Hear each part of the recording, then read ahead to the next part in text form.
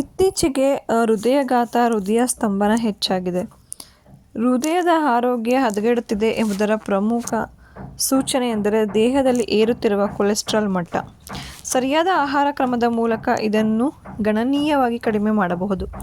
ಸಾಮಾನ್ಯವಾಗಿ ನಾವುಗಳು ಹಣ್ಣುಗಳು, ತರಕಾರಿಗಳು ಮತ್ತು ಧಾನ್ಯಗಳ ಬಗ್ಗೆ ಹೆಚ್ಚು ಒಲವು ತೋರಿಸ್ತೇವೆ.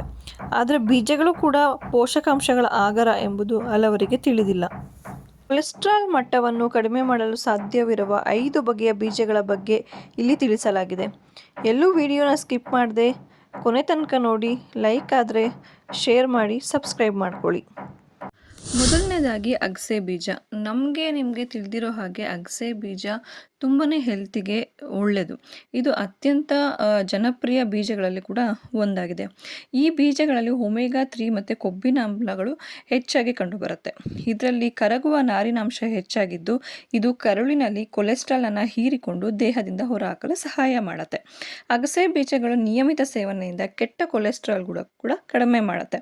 ಇವುಗಳ ಮೇಲಿನ ಸಿಪ್ಪೆ ಜೀರ್ಣವಾಗೋದಿಲ್ಲ, ಆದ್ದರಿಂದ ಇದನ್ನು ಪುಡಿ ಮಾಡಿ ಸೇವಿಸಬಹುದು. ಇಲ್ಲಾಂದರೆ ಮೊಸರು, ಓಟ್ಸ್ ಮಿಲ್ ಅಥವಾ ಸ್ಮೂತಿಗಳಿಗೆ ಸೇರಿಸಿ ಸೇವಿಸಬಹುದಾಗಿದೆ. ಇನ್ನು ಎರಡನೇದಾಗಿ ಎಳ್ಳು.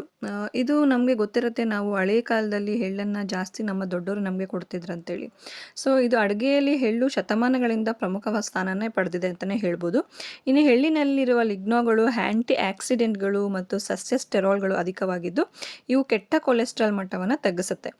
ದೇಹದಲ್ಲಿ ಒಳ್ಳೆಯ ಕೊಲೆಸ್ಟ್ರಾಲ್ಗಳನ್ನು ಕೂಡ ಹೆಚ್ಚಿಸುತ್ತೆ. ಇದು ರಕ್ತದೊತ್ತಡವನ್ನು ನಿಯಂತ್ರಿಸಲು ಮತ್ತು ಉರಿಯೂತದ ವಿರುದ್ಧ ಹೋರಾಡಲು ಸಹಾಯಕಾರಿ. ಎಳ್ಳನ್ನು ಅಡುಗೆಯಲ್ಲಿ ಬಳಸುವ ಮೂಲಕ ಇದರ ಪ್ರಯೋಜನಗಳನ್ನು ಪಡೆಯಬಹುದಾಗಿದೆ. ನಂತರ ಕುಂಬಳಕಾಯಿ ಬೀಜ. ಕುಂಬಳಕಾಯಿ ಬೀಜಗಳಲ್ಲಿ ಮೆಗ್ನೀಷಿಯಂ ಹೇರಳವಾಗಿದೆ. ಇದು ರಕ್ತದೊತ್ತಡ ನಿಯಂತ್ರಣ ಮತ್ತು ಆರೋಗ್ಯಕರ ಹೃದಯಕ್ಕೆ ತುಂಬಾ ಅತ್ಯಗತ್ಯ. ಇದರಲ್ಲಿರುವ ಆ್ಯಂಟಿ ಆಕ್ಸಿಡೆಂಟ್ಗಳು, ಪ್ರೋಟೀನ್ ಮತ್ತು ಫೈಬರ್ ಅಂಶಗಳು ಕೊಲೆಸ್ಟ್ರಾಲ್ ನಿವಾರಣೆಗೆ ಸಹಾಯ ಮಾಡುತ್ತೆ. ದಿನನಿತ್ಯ ಕುಂಬಳಕಾಯಿ ಬೀಜಗಳನ್ನು ಸೇವಿಸೋದ್ರಿಂದ ಕೆಟ್ಟ ಕೊಲೆಸ್ಟ್ರಾಲ್ ಕಡಿಮೆ ಆಗುತ್ತೆ. ಒಳ್ಳೆಯ ಕೊಲೆಸ್ಟ್ರಾಲನ್ನು ಹೆಚ್ಚಾಗಿಸುತ್ತೆ. ಇವುಗಳನ್ನು ಹುರಿದು ತಿನ್ನಬಹುದು ಅಥವಾ ಸ್ಮೂತಿ ಮತ್ತು ಸಲಾಡ್ಗಳಲ್ಲಿ ಕೂಡ ಸೇವಿಸಬಹುದಾಗಿದೆ. ನಾಲ್ಕನೇದಾಗಿ ಚಿಯಾ ಬೀಜಗಳು. ಚಿಯಾ ಬೀಜಗಳು ಗಾತ್ರದಲ್ಲಿ ಚಿಕ್ಕದಾಗಿದ್ದರೂ ಪೋಷಕಾಂಶಗಳಲ್ಲಿ ಬಹಳ ಪ್ರಬಲವಾಗಿದೆ. ಕೇವಲ 2 ಚಮಚ ಚಿಯಾ ಬೀಜಗಳಲ್ಲಿ ಸುಮಾರು 10 ಗ್ರಾಂನಷ್ಟು ಫೈಬರ್ ಇದೆಯಂತೆ. ಇದು ಜೀರ್ಣಕ್ರಿಯೆಯನ್ನು ನಿಧಾನಗೊಳಿಸಿ ಕೊಲೆಸ್ಟ್ರಾಲನ್ನು ಹೀರಿಕೊಳ್ಳೋದಕ್ಕೆ ಸಹಾಯ ಮಾಡುತ್ತೆ. ನೀರಿನಲ್ಲಿ ನೆನೆಸಿದಾಗ ಇದು ಜೆಲ್ ರೂಪಕ್ಕೆ ಬರುವುದರಿಂದ ಜ್ಯೂಸ್ಗಳಲ್ಲಿ ಬಳಸಬಹುದಾಗಿದೆ. ಇದು ಹೊಟ್ಟೆ ತುಂಬಿದ ಅನುಭವವನ್ನು ಕೂಡ ನೀಡುತ್ತೆ ಮತ್ತು ಇದು ತೂಕ ಇಳಿಕೆಗೂ ಕೂಡ ತುಂಬಾ ಯೂಸ್ಫುಲ್ ಆಗಿರುತ್ತೆ. ಇನ್ನು ಕೊನೆಯದಾಗಿ ಸೂರ್ಯಕಾಂತಿ ಬೀಜಗಳು. ಸೂರ್ಯಕಾಂತಿ ಬೀಜಗಳು ರುಚಿಕರವಾದ ಸ್ನ್ಯಾಕ್ ಮಾತ್ರವಲ್ಲ, ಇದರಲ್ಲಿ ಪೊಟ್ರೋಸ್ಟಾಲ್ಗಳೆಂಬ ಸಸ್ಯ ಸಂಯುಕ್ತಗಳಿವೆ. ಇವು ದೇಹದಲ್ಲಿ ಕೊಲೆಸ್ಟ್ರಾಲ್ ಮಟ್ಟವನ್ನು ತ್ವರಿತವಾಗಿ ಕಡಿಮೆ ಮಾಡಲು ಸಹಾಯ ಮಾಡುತ್ತೆ. ಇದರಲ್ಲಿರುವ ವಿಟಮಿನ್ ಇ ರಕ್ತನಾಳಿಗೆ ಹಾನಿಯಾಗದಂತೆ ತಡೆಯುತ್ತೆ. ಉಪ್ಪು ಹಾಕದ ಸೂರ್ಯಕಾಂತಿ ಬೀಜಗಳನ್ನು ಹಾಗೆಯೇ ತಿನ್ನಬಹುದು ಅಥವಾ ಸೂಪ್ ಮತ್ತು ತರಕಾರಿಗಳಲ್ಲಿ ಸೇವಿಸಬಹುದಾಗಿದೆ.